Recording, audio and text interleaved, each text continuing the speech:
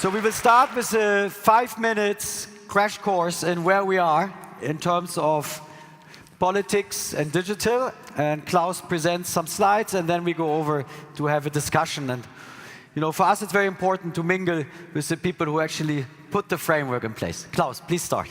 Thank you very much. First of all, it's the first time that we have such high-ranked politicians joining us, which I think is a great sign that this industry has finally gotten the attention it deserves. With some remarks, only 5 minutes, I would like to put a little bit of framework around what we might discuss. As you know from previous situations, I'm very much interested in more the helicopter picture. What is important? Where are the main drivers for our industry that we need to do? What I don't want to do in 5 years is to show a picture like this, where we see this is lost wealth. And I believe that it's a more realistic scenario than we think, because the human brain can only anticipate linear progress, and we are always confronted in these digital industries with exponential technological development. So that led in every industry to a very long time when you say, oh, it's not that bad, we don't have so many problems, all will be fine. And suddenly when you realize that the problem is there, it's already too late. We saw that at the publishing industry, we saw that at the television industry, and we need to avoid that we see that with way more important industries or with democracy itself. This pattern of thinking has led to, on the one hand, we say, well, everything is fine, we have a trade surplus. If you look to digital, we have a 30 billion trade deficit with the US, and in this industry, this is an increasing deficit, whereas as the surplus in old industries is also decreasing. And now something for me has changed, and which I think I would like to look at. So with the clear breaking contracts that we rely on from our partners, we need to see what kind of repercussion has that on very important industries and backbone industries for us. So, and this needs to be a wake-up call. So first of all, we do see that it is already now basically a fight between company and state. And this has led to this trade deficit, and we need to make sure that we find a great, well-balanced way of regulation to find our way and to do a well-balanced industry policy to go against it. Secondly, I think we have led to the fact, if you take away your EC card, every spending you do in your private environment is done via Visa, MasterCard, American Express. That means that we have entirely outsourced the entire consumer payment backbone to someone else. And that we totally rely on this, and in a way that states become confrontative with each other, this might be a risk. The same we have with capital market infrastructures. Mocking about Deutsche Bank is one thing, but we need access to capital markets. This is a structural thing we need to do with industry policy. Why? Because it cannot be that states at some point, if they want to issue bonds, have to go to US banks to get refinanced. Or that Volkswagen, which has a refinancing volume of 200 billion a year, is dependent on US banks. So what is next? All these things are very crucial structural industries that need to be worked on with regulation. And we, as an industry, need to get a feel, how does this regulation work? Are the politicians equipped in a way that we can rely on smart regulation? So we see with PDS2, there is a rule which has been very poorly executed, which is very detrimental to our industry. And therefore, I would like now to open the discussion and the discussions with Marco on some questions around how does policy and political leaders look at the regulatory environment and what is their stance on it. Thank you. Yeah, thank you very much, Klaus. Klaus is our, I would say, attendee or speaker who best is connecting the dots in the big picture and give us a perspective so we understand. For us, as conference organizers, it's super important that we engage with the policymakers, with the lawmakers, and give you our feedback and our concerns and our question to make it a better Europe for everyone. Now, a better Europe. We are concerned about the competitiveness of Europe. I think we're doing very well in some of the automotive and the more heavy industries. But on the digital side, where most of the people here in the room are active in, we're feeling we're losing a little bit the track of the other continents. Could you discuss the competitiveness of Europe? I mean, it's a very big topic, but what's your view on that? Do we have a problem in Europe, or are we just paranoid? Yes, first of all, thank you for I lost the microphone. Thank you for inviting me to this. Thank you for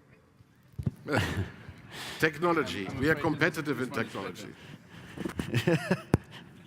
Yeah, thank you so much for inviting me to this conference. My name is Peter Altmaier. I'm the German Minister of the Economy. I've been the former Minister of the Environment, Minister in the Chancellor's office. I'm certainly not the most important minister in government, but I can reassure you I'm the biggest and the tallest of all of them. And this has helped me enormously in the past to attract attention to matters in my competence and to organize a dialogue that at the end has enabled us to come to decisions. We have been discussing now the process of digitalization for many, many years, and now it is time to proceed to decisions and to know where we are and where we want to go. Competitivity is not a static thing, it's a dynamic thing. And when I look back at the 90s, when I was elected as member of German Parliament for the first time in 1994, Germany and Europe were losing its classical competitivity with regard to countries like China, like Asia, Japan, the US. And then we have fought very hard for structural reforms, social and structural reforms, and today Germany has become, with regard to the classical globalization issues, one of the most competitive countries worldwide. The same is true for Finland, for Sweden, for the Netherlands, for Austria, for Switzerland, and some others. And that is not a guarantee for the future, because we are approaching an era of disruptive innovation, where the claims are again changed, where everybody is fighting for a good claim, where the champions of today will not automatically be the champions of tomorrow. Mm-hmm. That is what we have to realize. And it is not the process of digitalization as such. This is a process that we know since many, many years. I mean, when I bought my first mobile phone in the early 90s, it was half as heavy as a brick. It was as stupid as a brick, but it could replace a normal telephone, and that was an enormous progress. Today, 20 years later, 25 years later, we have the smartphones, and that means we have the knowledge of the world in our pockets, and we can use it everywhere. I'm interested in the first German Chancellor, Otto von Bismarck. He was the first politician ever making a comment on a tape that was in 1889. And this was discovered a couple of years ago. And then I told it my ministerial colleague in China, in Beijing. And then his assistant, after a couple of minutes, says, "Oh, I have Bismarck." And we were able to listen to the voice of Otto von Bismarck in a hotel in Beijing, thousands of kilometers a way of where it happened. This is what we have. We have digitalized access to information. That was a lot. As a student, I had to go to the library when I was interested in the date of birth of a politician or of a singer or of a dancer, and then I had to check it there. Today, I can check it within seconds via my smartphone. This has rapidly changed the world, but it has not fundamentally changed the world. Now we are discussing the big platforms. We are discussing artificial intelligence, AI. And these are disruptive innovation tools, which are, as I believe, basically good things. They will make our life easier. They will help us to protect the environment. They will help us to transform our energy from fossil energies to renewable energies. But they will help us to replace old jobs by new jobs.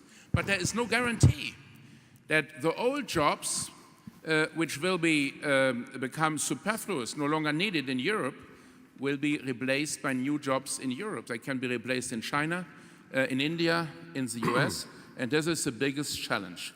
What have we done, and where do we are? We have last point. We are very good in B2B. We have Industry 4.0. We have an enormous advance because we still have in Europe an advance with regard to classical technologies, and when classical technologies are combined with information technologies, we are leading, we are pacemakers. We are behind with regard to B2C, business to customers, because the big platforms, they are all Americans, they are all Indians, they are all Chinese. Alibaba, Facebook, Google, you have mentioned them all.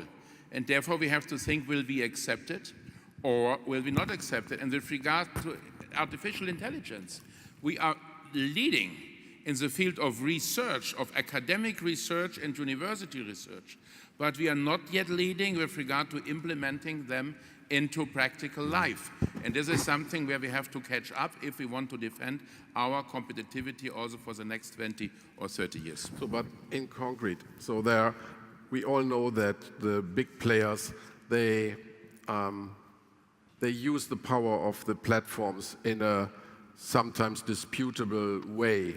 They are taking advantage of oligopoly positions, and it's just done, and it's very difficult to fight back, and we see that all the time. What is the stance of the EU or of Germany? How strict should we be to make sure that there is a platform neutrality? If you ask myself, I think platform neutrality, giving all the businesses the same chances, on the platform in Europe, I think is a prerequisite. How strong would you think should we try to push that into reality?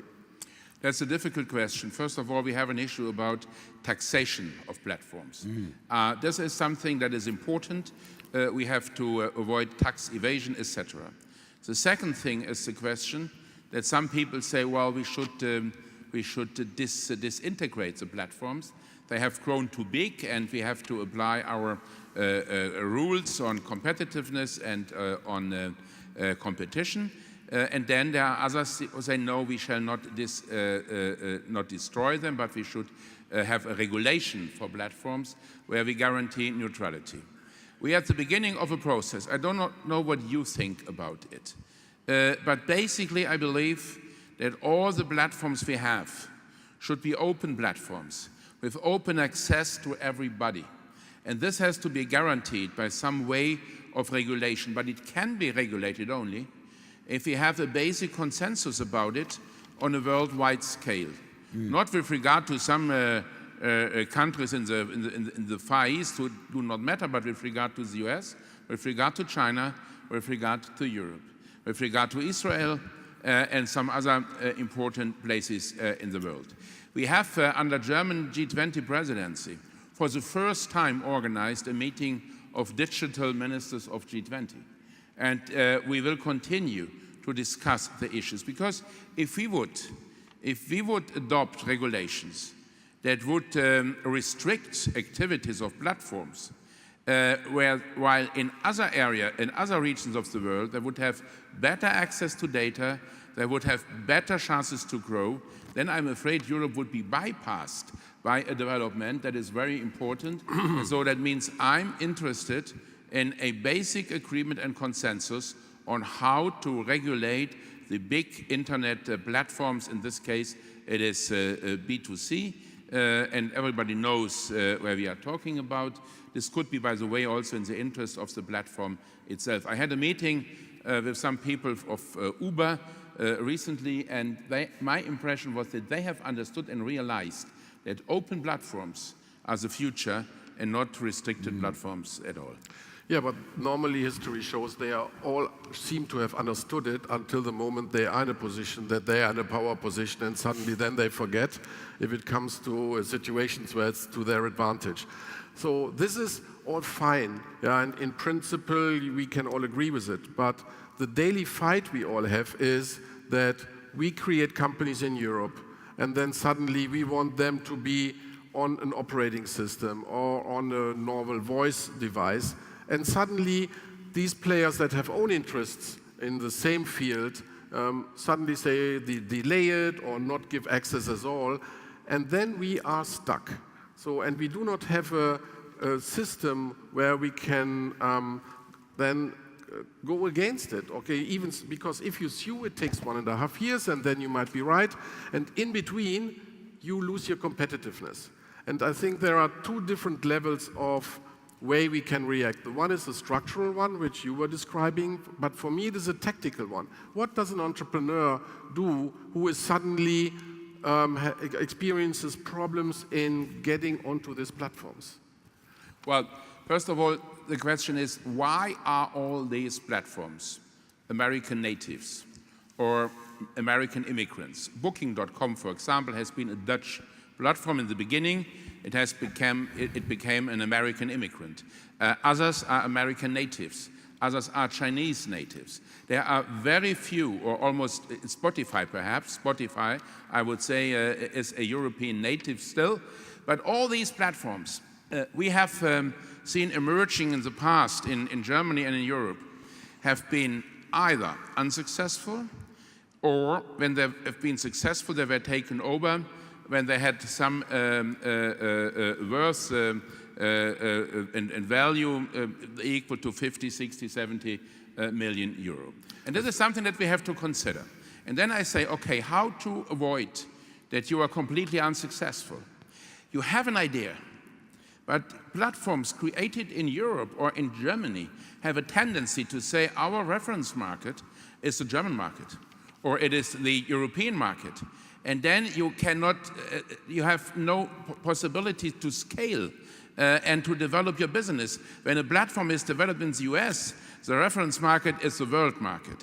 This is the difference, and I can only encourage you, whenever you have an idea, please develop it for the world market. There has been a good platform, ZVAB in Germany, Zentrales Verzeichnis Antiquarischer Bücher. This was a platform for antique books, and they had 3,000 booksellers in Germany, France, and the Netherlands, offering 30 million old books. They have not taken over Amazon, they have been taken over by Amazon, finally. Why? The reference market was too small, and therefore they could not grow and scale up as it was required. With all respect, Mr. Altmaier, I think this I would have accepted 5 years back. Yeah. Yeah, and my answer today would be people do aspire bigger markets, but the one answer why we didn't scale one quickly. Example, please. Wait a sec. Also, yeah, you have all the ones that HelloFresh is listed as a platform, Delivery Hero is a platform. There are several platforms. TeamViewer is a global one. But is Delivery Hero active in the US? Or in India? No, look, wait. The point, though, is if we work with... He's strong and I'm right. If we have to do this with 10 times less money in the system than the US, we cannot do this. You cannot think that I put 5 million into an e-commerce company and make it a global one, and the US puts 50 million at the same time into it. So I think we are not far away. I think we are getting there, but these are structural things that are, to some extent, prerequisites that we need to do. No, in this regard, you are right, incidentally, because indeed, we have a lot of funds, and we have a lot of money to finance small start-ups in the early phase. And then we make money available up to 5, 10, 15, 20 million euro. This is a good thing. That is also an incentive to grow. But then, when the company is growing and it needs 60, 70, 80, 100 million euro, then there is a lack of venture capital. Then the big funds are all located, invested in the US, and then all the few successful platforms we still have are then immigrating and moving to the US. That is exactly the point. Now the question is, how can we change that odd situation? It's certainly not possible. I have had a debate with Mr. Dommermuth of United Internet about it. And then Wolfgang Schäuble, the then Minister of Finance who was present, said, well, what would you say? What do we need in such a fund? And the answer was at least 100 billion euro. And then there was silence in the room. Nobody touched upon it, and everybody forgot about it.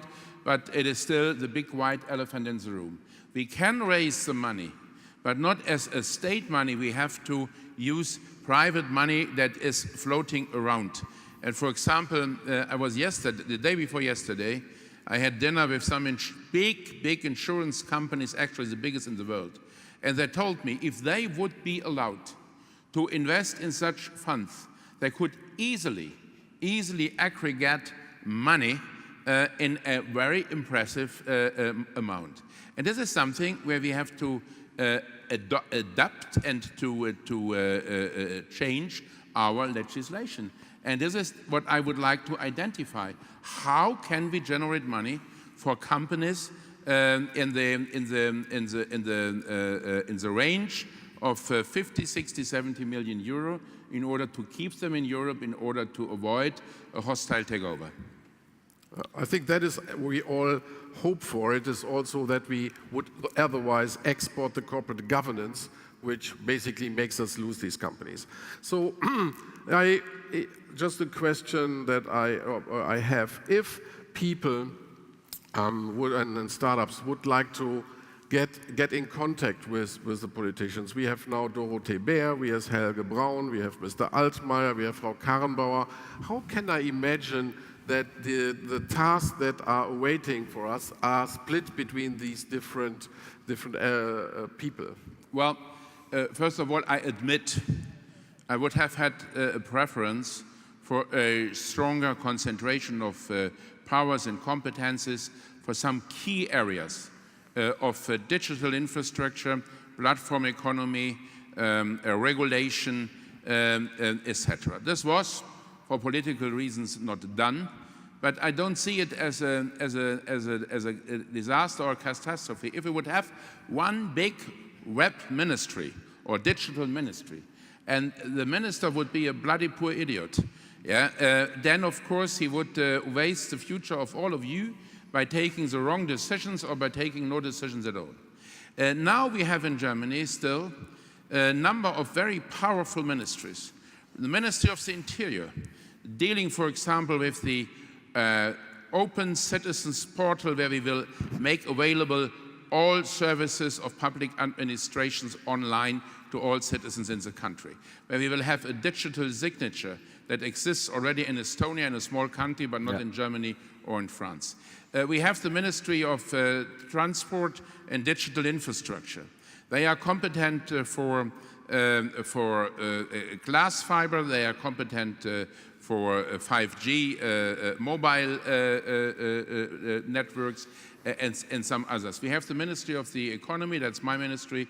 We are dealing with platforms, we are dealing with regulation, we are dealing with startups and entrepreneurs. And we have the Chancellor's office, where we have extremely skillful people coordinating the efforts of all the others. And it is, let me put it like this, like survival of the fittest. It's a very competitive situation. We are developing concepts, we are discussing them together, we have a good cooperation, and I believe that within half a year we will have a clear roadmap. What will we do, in what order, and when will it be ready, and when will it become operational? That is what people expect of us, and they are totally right. We have to clarify all the open issues with regard to decisions of the government. For example, we will need, if we will transport data in real time, we will have to roll out 5G within the next, let's say, 3 years. And that means we have to think about a clever strategy how to achieve it. Because when you have 5G, then you need a fiber connection to every 5G station. Otherwise, it will not work in real time. And then you have to draw a map where you say, where will we start, where will we end? And then you have all the other issues related. So we have to start with regard to artificial intelligence. We need some kind of Google who would be able to implement it into practice.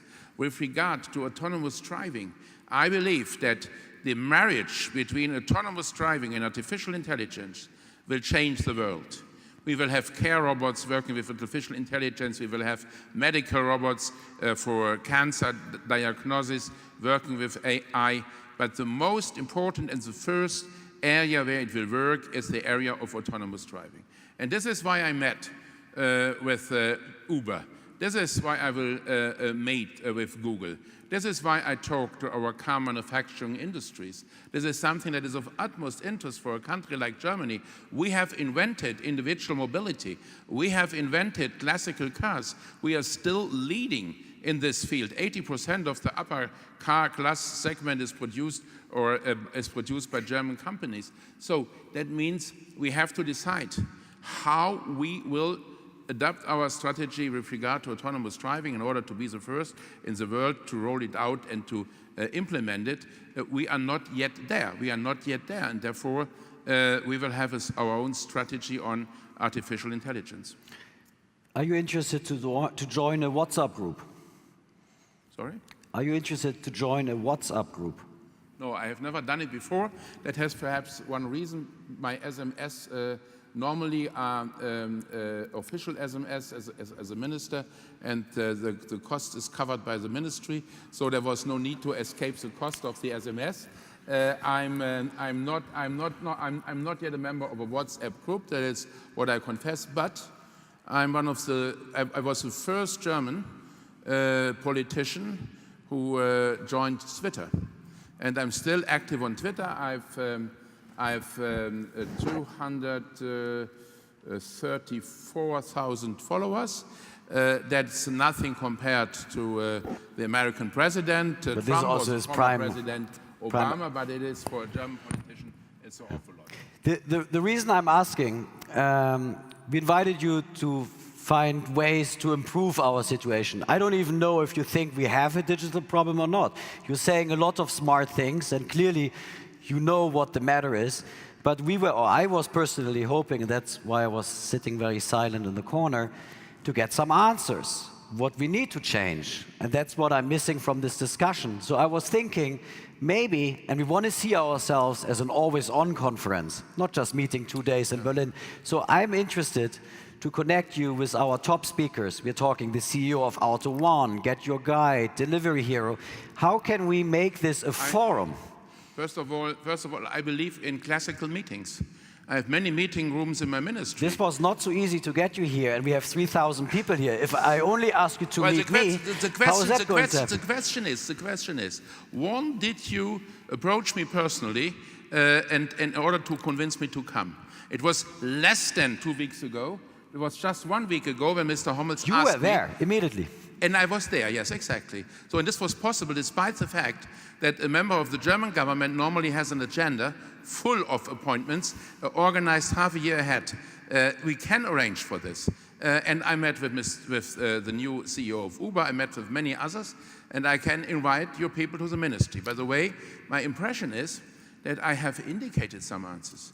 And when you listen carefully to what I said, perhaps you have realized that we have not only recognized the scale of the problem, but we have some ideas on how to proceed. But please forgive me. I do not believe that it would be a wise idea to tell publicly all the details of our strategy, when all the competitors are lurking around and listening to what we are doing, and to have a possibility to bypass us or to double us in their efforts. That is not what we intend to do. We have some very important assets. And one of the assets is that parts of our competitors have the software, but we still have the hardware. And in some areas, we also have the software. With regard to machines, with regard to Internet of Things, with regard to connecting machines, there is an open platform owned by Siemens, MindSphere. MindSphere is connecting already more than 1 million machines, and they are rapidly growing. Years ago, when I was minister in the Chancellor's office, I had a debate with them whether this should be an open platform or a restricted one. They originally were of the opinion that it should be a closed platform just for Siemens machines. And then we argued, and not because I was insisting, but because they were clever people, they realized that it has to be an open platform. And this is a precondition to survive in this market. So you have a lot of decisions key decisions that you have to take in order to organize a development that then will be steered by the markets and by nobody else. We would like to contribute. Like the speakers of NOAH, myself, we would like to meet with you and we can talk about the procedures, but I think it makes sense to do a physical meeting and get the feedback from the entrepreneurs where change is needed. The funding story is a relatively old story. I think the more pressing topic is regulation. We have this GDPR we all had to fight with, and I heard there's a lot more coming. And again, we are very, very happy you're here, don't get me wrong. We just see this as a beginning of the dialogue, and I'm just trying to figure out what the best way is to reach you and to avoid the communication mistakes. So I thought maybe, since you have a smartphone, WhatsApp might be a good way to deal with this. But we will set up a meeting if it's okay for you. Klaus, you should always have the last question, please. If we do a chronology or take a look at the different problems, like financing on the one hand, regulation on the other hand, and the other ones, what in your priority would be the most pressing ones where you would do, if you start tomorrow morning and had 1 hour, what would be the one that you would be working on the first? I believe the first one would be financing in the second and third stage. Second and third. In Israel, there are forgivable loans. It's something which works very well. Yes, that is something I asked my people in the ministry to check, and this forgivables would be a problem with regard to the state aid regulation of the European Union. That does not mean that it is impossible, because we have to amend perhaps this regulation. We have a debate about it. We have also a debate about our Kartellrecht or merger laws, because mergers are forbidden when you have a too strong position in the market. Now the question is, what is the reference market? Is it Germany? Is it Europe? Is it the world? And the Chancellor and myself, we think it should be the world in most of the cases. Otherwise, we will lose. But this has to be, we have to fight for a majority to change it. And as far as we have not only forgivables, we will have to amend and to modify our state rules on public budgets, because the question is, will it be allowed to burn money? And sometimes you have to be prepared to burn some money in order to achieve some progress. So all these points are identified, and we are working on them. I was in Brussels to meet with some politicians who take care of this, and they burned a lot of money without progress, I tell you. So, but thank you very much. I think we all know that there are problems. We all know that these are vital problems to be solved, and they can only be solved if we mutually work together on it. So I think the industry is very open to give all the hands and support we can give. and that would we like to explicitly offer in this case. And therefore, as a first time, you coming here for the first time, a high-ranked politician with us, thank you very much. Thank you. May I ask one question to you? Please, hands up. Who is not from Germany? Oh, that is great. May I invite all of you to have your startup vested in Berlin, in Munich, or in Cologne? Germany is a country that is conservative in the way that we are thinking for a long time what we shall do. We are not so eager to take risks in the beginning, but when we have realized what is at stake, we are becoming better and better, and I believe we have the potential of becoming the country with most startups compared to normal businesses. We are prepared to support you, we are prepared to help you, and being a startup in Germany means you have access to the entire European markets. This is basically a good thing. And may I ask who are Germans in the room, in the meeting room? Also a few. It's like 50-50. May I invite you to reconsider your ideas and your models. I know you have great ideas and great projects, but please adapt them to the global scale. That is what we need, and then you will get our support to expand and to succeed. Thank you very much. Thank you very much.